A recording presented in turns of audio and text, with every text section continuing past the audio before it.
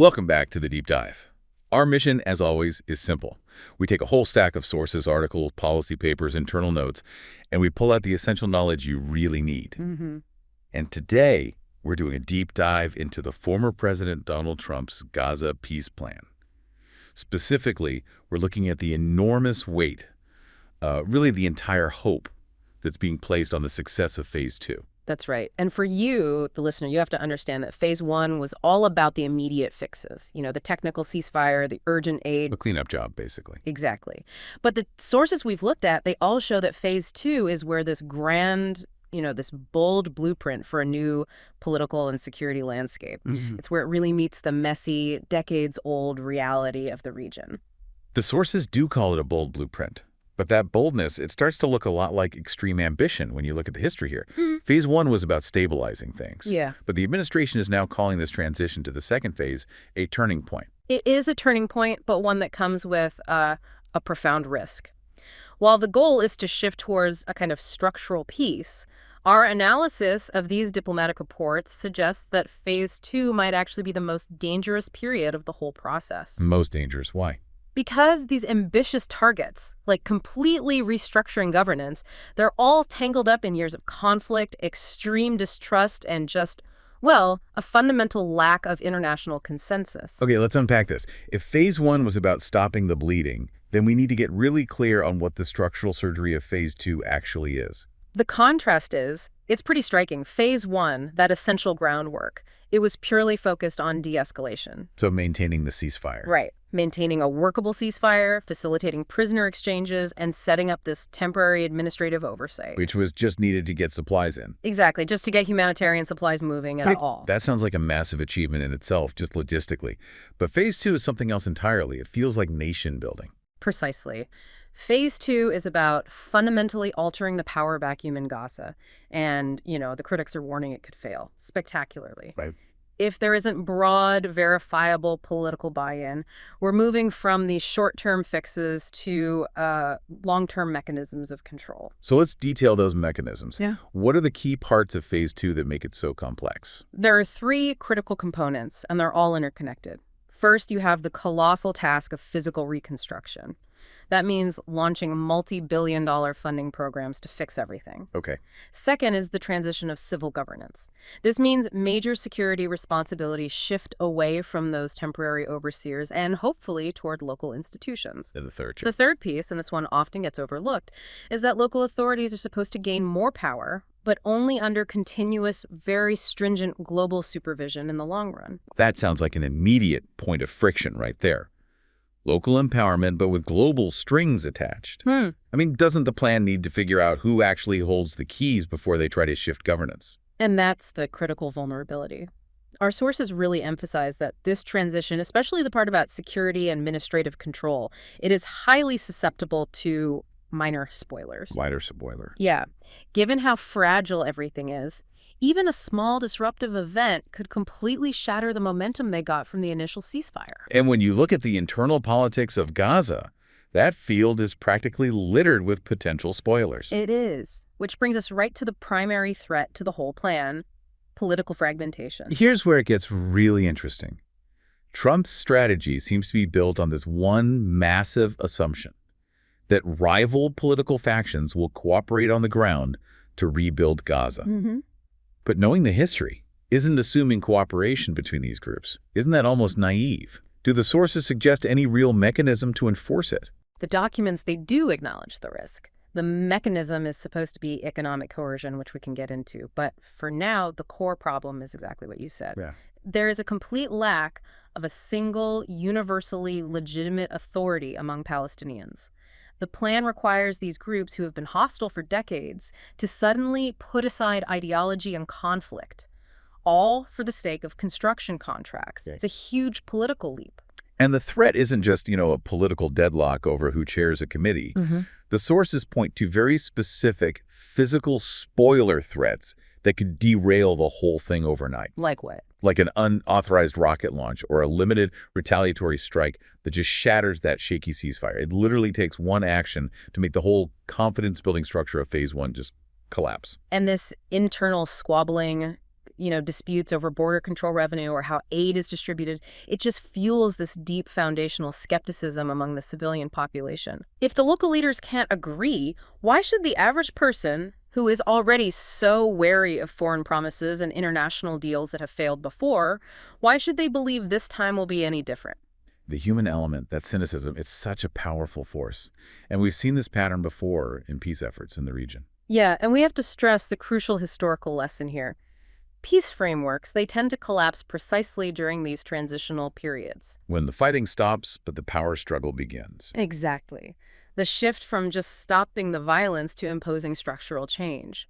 That's what experienced negotiators see as the most vulnerable time. History isn't just a backdrop here, it's weighing on every single meeting. So let's move from the volatile politics to the sheer logistics, because the financial needs for Phase 2 are staggering. We should probably detail the scale of this reconstruction effort. It's not just cosmetic repairs. Oh, absolutely not. The needs assessment documents that the international community has been reviewing, they show Gaza needs billions in capital investment. And this isn't just patching up bombed-out buildings, though that's part of it. We're talking about a total overhaul of essential life support systems. Give us some specific. What kind of life support systems are we talking about? Well, the absolute priority is the infrastructure that sustains life. So fixing water systems, which were already fragile and often depend on external sources, and completely repairing or replacing major power stations and distribution grids. Right. On top of that, you have massive repairs needed for hospitals, schools, essential housing. Without these things restored, people can't even begin to build viable lives again. Okay, here's where it gets really interesting. Who is footing the bill for these billions? Right. What are they demanding in return? The expectation is that the financial burden will fall mainly on a coalition of wealthy Gulf states, the U.S., and other global financial partners. But, and this is crucial, they are not writing blank checks, not into a system they see as potentially corrupt or unstable. So they're demanding safeguards. Serious, verifiable safeguards. The sources outline a need for extreme transparency, enforceable anti-corruption rules, and, most importantly, proof of progress tied to measurable milestones. And what's the fear? The fear is that reconstruction money could just be diverted or misused to fuel future problems, as one policy paper put it. Donor confidence is entirely dependent on verifiable oversight, probably through things like third-party escrow accounts and international monitoring boards. And this ties right back to that humanitarian warning, doesn't it? That you can fix the pipes and the wires, but if you don't address the social crisis, the whole thing fails. You can't just buy peace with concrete. That's the critical concept of social stabilization criteria. Reconstruction without social stability in parallel is seen by NGOs as, well, a purely temporary gesture. If unemployment stays cripplingly high, especially for young people, if families lack care, if mobility is still restricted, then people won't feel a real lasting stake in the peace. Lasting peace that demands dignity and a credible chance for people to rebuild their economic lives, not just their homes. Which brings us to this fundamental disagreement about priorities. Yeah. Is the core issue security? Is it rights? Is it economic vitality? Because it seems like the plan tries to prioritize one, while the others are still non-negotiable for the people involved. This is the ideological chasm. You have two non-negotiable sets of demands colliding as Phase 2 begins. On one side, Israel's focus is absolute demilitarization of Gaza and ironclad security guarantees. And on the other side? On the other, Palestinian negotiators' focus is equally non-negotiable: political recognition, fundamental human and political rights. And Trump's counter-approach, the core of this whole blueprint, is designed to get around that political deadlock by focusing on pure economics. He promises these massive industrial zones, big energy projects. Right. It makes job creation the central incentive for political cooperation. It's essentially using commerce to incentivize the security concessions that Israel demands. The theory being that if things are economically good, people won't want to rock the boat. The theory behind this new model of diplomacy is that economic prosperity creates a political constituency for stability. When local leaders see that cooperation means guaranteed jobs, revenue, infrastructure, they'll be politically incentivized to maintain security and suppress radical elements. That makes sense, in theory. But I have to ask, do the sources contain strong critiques of that? I mean, can massive investment, even if it works, really replace fundamental questions about political autonomy? Can you just purchase security if the underlying disputes are still there? That critique is absolutely central to the debate. Many established diplomats argue that while the money is vital, the whole approach is fundamentally flawed. It asks for political concessions based on economic promises without delivering guarantees on long-term political rights. It tries to sidestep history, but history is relentless. And all of this is underlined by this massive trust crisis in the region, which is only magnified by having the U.S. as the chief mediator. Trust is the scarcest commodity here on all sides. Many Palestinians deeply distrust U.S. broker deals because past negotiations have stalled and failed to deliver sovereignty. And the Israeli side. Meanwhile, Israelis worry intensely that any significant concessions, even tied to reconstruction, could inadvertently empower hostile groups under the cover of, local governance.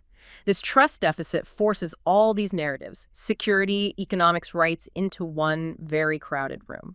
And we also noted the international community isn't exactly unified on this economic first approach either. That's right. You have Western capitals that, they generally support any movement toward progress, but they're keeping a very sharp eye on human rights issues. You have activists and many observers demanding full accountability for past conflicts. But Trump's allies have a counter-argument. Their argument is that traditional, slow-moving, politics-first diplomacy failed for decades, that it necessitated this bold, new model based on immediate economic incentives just to break the gridlock. The world is watching to see if economics can actually outweigh history. So we've laid out the immense challenges, the ambitious goals of Phase 2. What does this all mean for the people on the ground? It means the stakes could not be higher. If this structured reconstruction push is actually implemented successfully, the tangible benefits restoring services, reopening schools, reducing radicalization by creating jobs, all of that could begin to fundamentally rebuild localized trust. And those small signs of normal life, children going back to a functioning classroom, having predictable electricity, those are cited as the crucial signals of social healing. The success of Phase 2 really rests on whether security cooperation can keep flare-ups minimal long enough for an economy to actually take root. But the key caution remains. Diplomacy, especially around core security and political rights, it can't just be rushed or bypassed by economic deals alone. The next few months, as this plan moves from a theoretical blueprint to the complex reality of a governance handover, that's what will determine if this is remembered as a genuine breakthrough or just another collapse. So, success, based on our analysis, requires 3 absolute non-negotiables: deep, sustained trust between local political actors, billions in assured, protected funding, and guaranteed security cooperation on the ground. And if Phase 2 holds, if the reconstruction moves forward as planned, it could fundamentally reshape lives and opportunities in Gaza for a generation. If it fails, peace in Gaza remains something that's promised far more often than it's delivered to the people who need it most. And that leaves us with a provocative thought for you as you follow the news. Of those 3 non-negotiables, the political legitimacy needed for cooperation, the billions in protected funding, or the guarantees of security on the ground, which single element do you think is the weakest link? Which one is the most likely to cause this entire bold plan to eventually collapse? That's what we'll continue to monitor. Thank you for joining us for this deep dive.